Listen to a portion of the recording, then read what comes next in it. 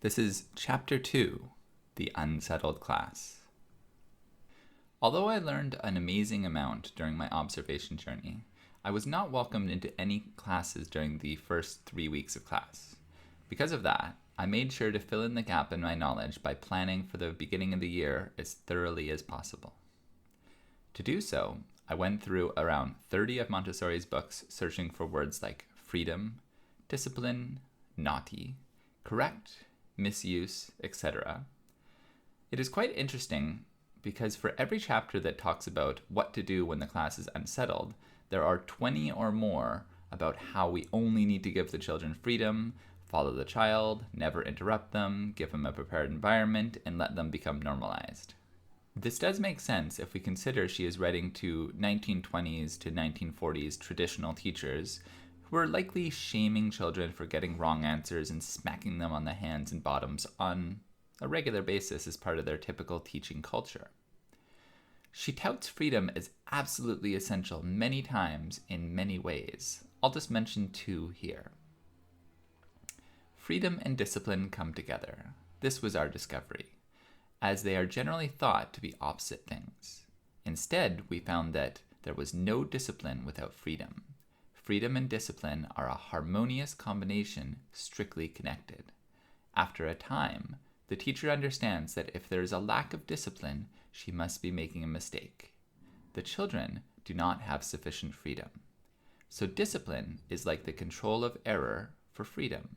If we give perfect freedom, we harvest perfect discipline. Order is the basis necessary for this harmony. When we say that children's freedom must be complete, that is, independence and normal functioning must be guaranteed by society, we are not using the language of vague idealism. These are truths revealed by positive observations made upon life and nature. Only through freedom and environmental experience is it practically possible for human development to occur. When you read these quotes, it seems like she might be urging you never to ever say no or to stop a child from doing anything. In fact, if you were to read 90% of her quotes on class management and discipline and how to apply her method, it's very possible that you might come to that well-supported conclusion. However, even in her first published book in 1912, in a small section, she talked about the teachers who took that idea too far. When the teachers were wary of my observations, they began to allow the children to do whatever they pleased. I saw the children with feet on the tables or with their fingers in their noses, and no intervention was made to correct them. I saw others push their companions, and I saw the dawn on their faces an expression of violence, and not the slightest attention on the part of the teacher.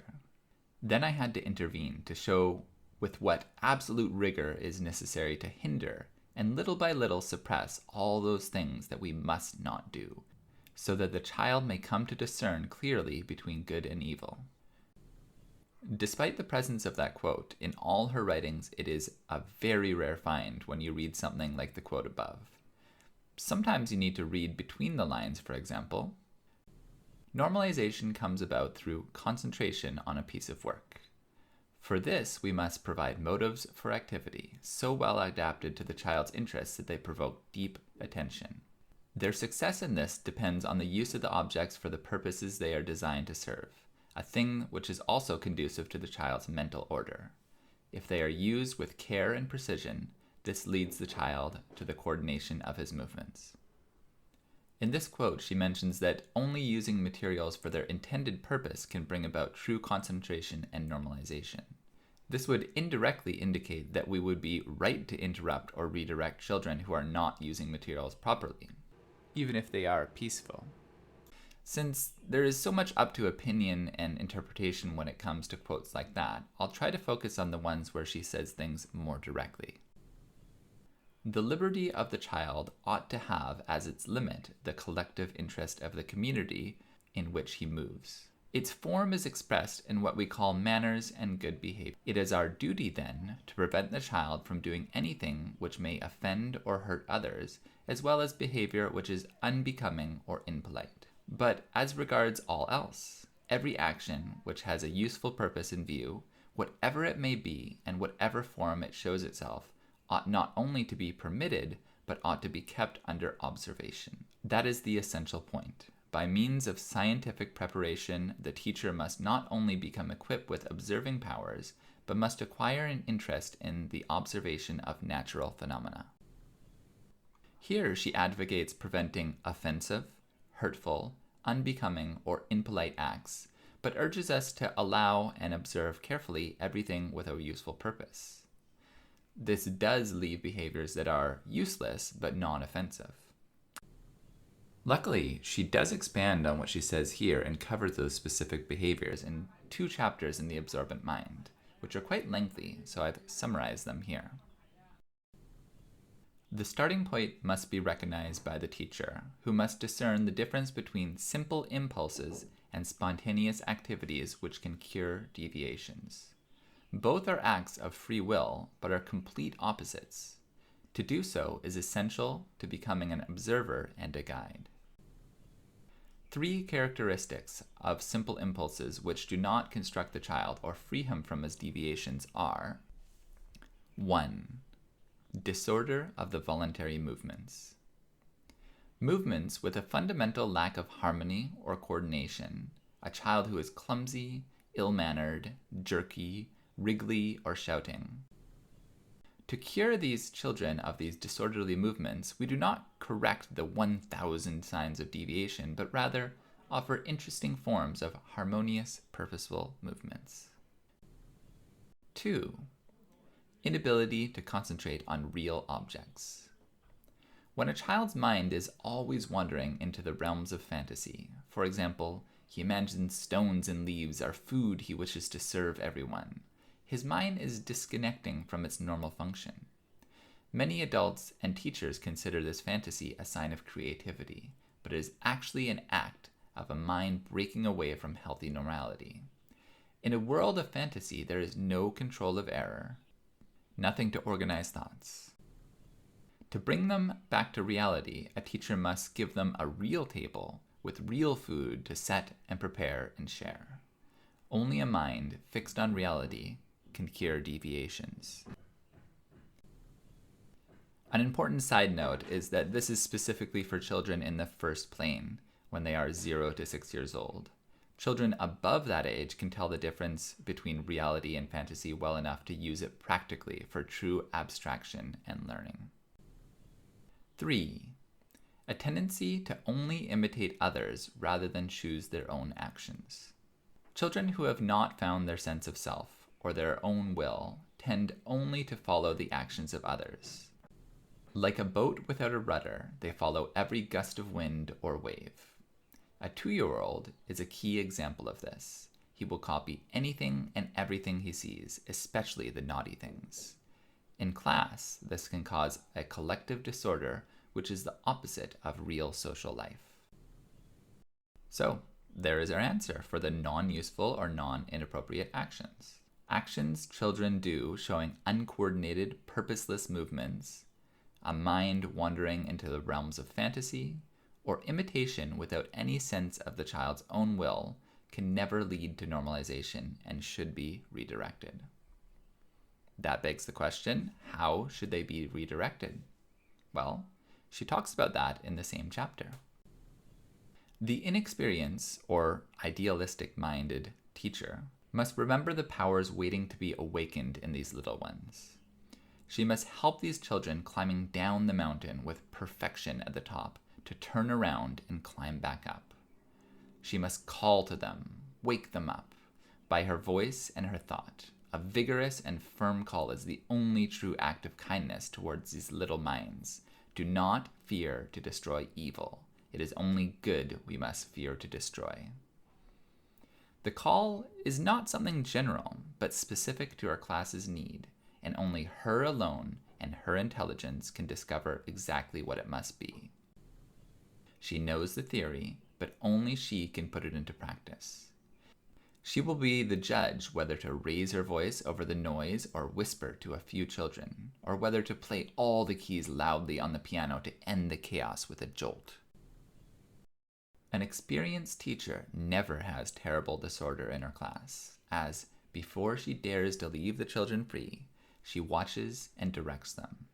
She aims to eliminate their uncontrolled movements. Calm, firm, and patient, she will often have the children put all the chairs and tables in their proper place without making a sound, make a row of chairs and sit on them, or run across the room on tiptoe. After these, she can say, "Now, children, let us all keep quite still," and a calm like magic will be born.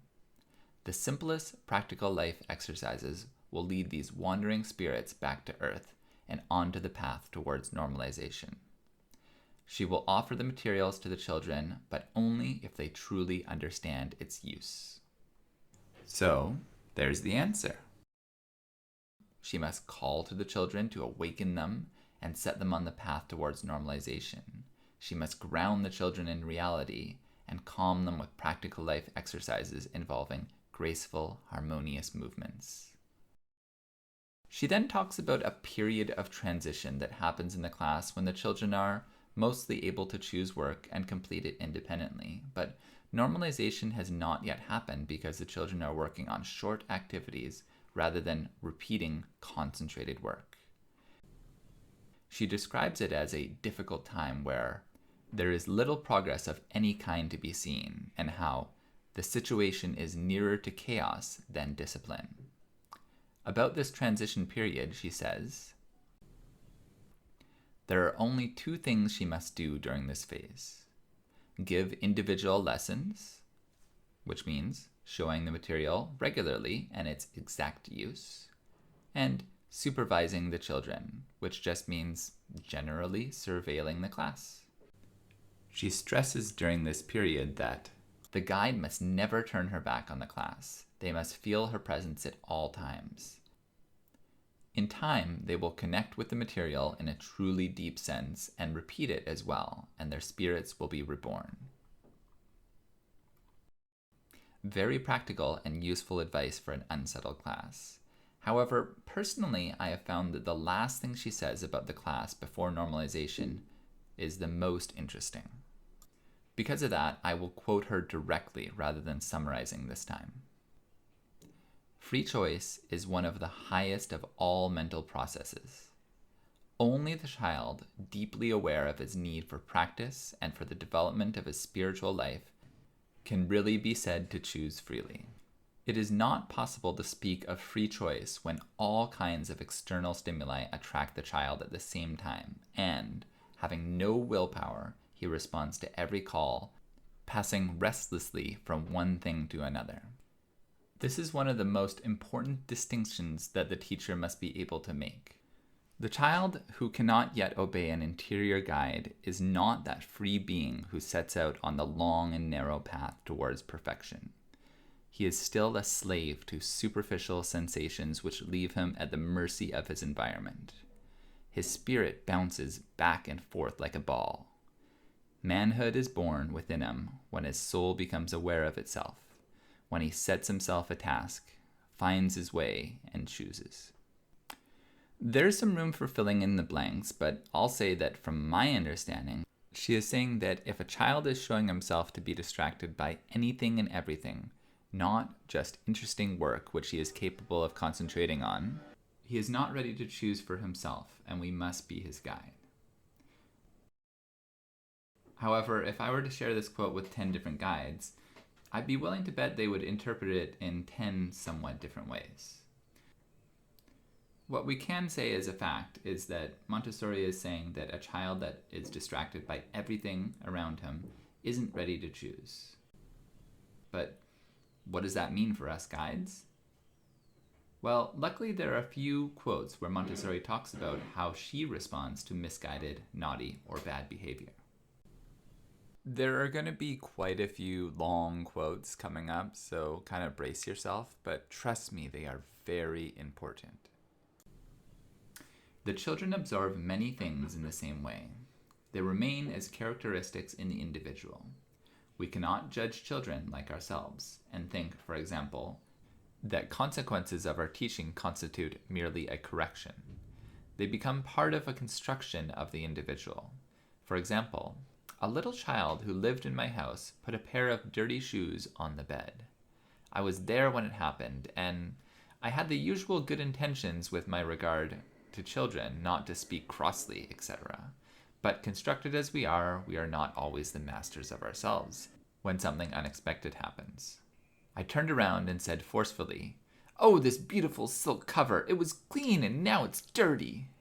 I was angry that the cover should be spoiled. I put the shoes in a corner and brushed the cover with my hands. The child did not apologize as a grown-up would, but whenever she saw a pair of shoes, she said, "Oh, dirty!" and looked around for a piece of beautiful upholstery to brush. This correction of mine remained in her character. We do not need to punish or scold or admonish when we stop bad behavior. We can ask the child to come and pick flowers in the garden, or offer a toy or any occupation that will appeal to him. So we can amuse him today, and after a time, something will come from the hidden soul in the child, and he will become concentrated and have a new life. He will become normalized. We must wait patiently. It will not be long because nature urges the child towards this right kind of activity. Then, after this, the environment must be suitably ready for the child's development. The naughtiness vanishes, and the children set to work in the right way. We may use any means we have to attract the child's attention. Their attention is attracted through activity. Give them activity, attract them through sweetness. This can be a method of love because we know what we are aiming for. Sometimes I use a word easily misunderstood. The teacher must be seductive. She must entice the children. If the teacher herself were slovenly, ill-mannered, and harsh to the children, then the basic essentials would be lacking for the goal at which she aims. The teacher, in this first period, before concentration has shown itself, must be like the flame which hearthens all by its warmth, enlivens and invites. This is what the teacher must do at this juncture. She can tell stories, have some games and singing, use nursery rhymes and poetry. The teacher who has a gift for charming the children can have them do various exercises, which, even if they have no great value educationally, are useful in calming them. Everyone knows that a lively teacher attracts more than a dull one, and we can all be lively if we try. Anyone, for example, can say cheerfully, "Let's move all the furniture today," and work with the children, encouraging and praising all of them with a bright and pleasing manner. Or she may say, "What about this brass jug? It needs polishing." Or again, "Let's go to the garden and pick some flowers." Every action of the teacher can become a call and an invitation to the children. One time a teacher made this observation to me. "Why do you say that we should intervene if the children are amusing themselves with the educational material rather than working?" I said, "I respect the intellectual activity of the child as much as the inspiration of the artist. However, this respect holds the inspiration in higher regard than the artist. If, for example, I enter his studio and find him intent on smoking or playing cards, certainly I would not hesitate to disturb him and will speak to him. 'Well, my friend, what is keeping you so busy?' That kind of occupation only absorbs him a little. Put down your pipe and let's take a walk and enjoy the sun." Our method certainly does not encourage respect for defects or superficiality. It is essential based on the ability to recognize the difference among physical states of the children, encouraging those conducive to his spiritual health, those we can call good, and discouraging the others which are neither constructive nor formative and lead to destruction of his development and useless scattering of his energies. We call these states of evil. The knowledge of how to conquer even a little sin, however pardonable, is not necessarily the achievement of perfection, but the spirit that knows how to free itself from weakness can rise up, and, while overcoming its defects, make it possible for the force of good to shape its energies. It is in this fashion that the little difficulties are scattered. We must help the child to liberate himself from his defects without making him feel his weakness.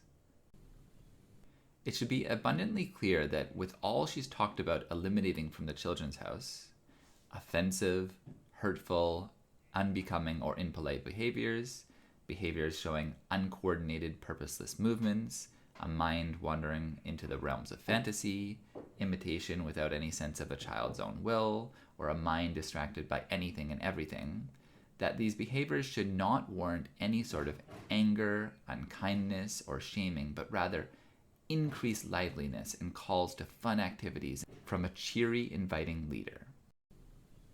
I know better than anyone how impossible that can seem. Thinking about my time in the class, if I had $1 for every time I responded to a child's behavior with something very far from kindness, I'd be able to buy something that is much more expensive than I'm willing to admit. However, it should ever be our goal to get as close as possible to keeping ourselves bright, cheery, and inviting to the children at all times. So for anyone reading this with an unsettled class, I know how difficult it is and how challenging every day is for you. Hopefully this chapter has given you some suggestions of what you can do in the class to help your children. That doesn't mean that your class will change from difficult to easy overnight or even over a month, but just give it some time and appreciate all the little things you can as your class grows into the more settled and normalized class it is destined to be. In the next chapter, I'm going to make a rather controversial argument about how observation and lessons on the material are actually less important than some fundamental things. It's called Lessons Are Child-Specific, but the fundamental things in class are not.